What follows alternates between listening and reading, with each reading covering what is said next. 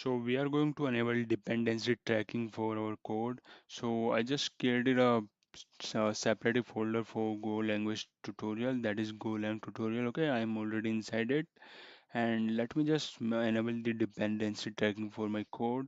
So just write go mode init example hello.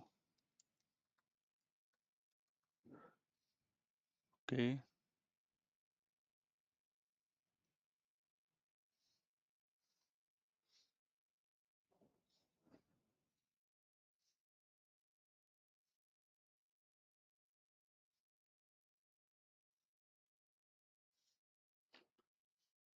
okay. Our dependency tracking has been enabled. Here we can see that creating new go.mode module example hello. Okay, so let me just write my first code of goal tutorial.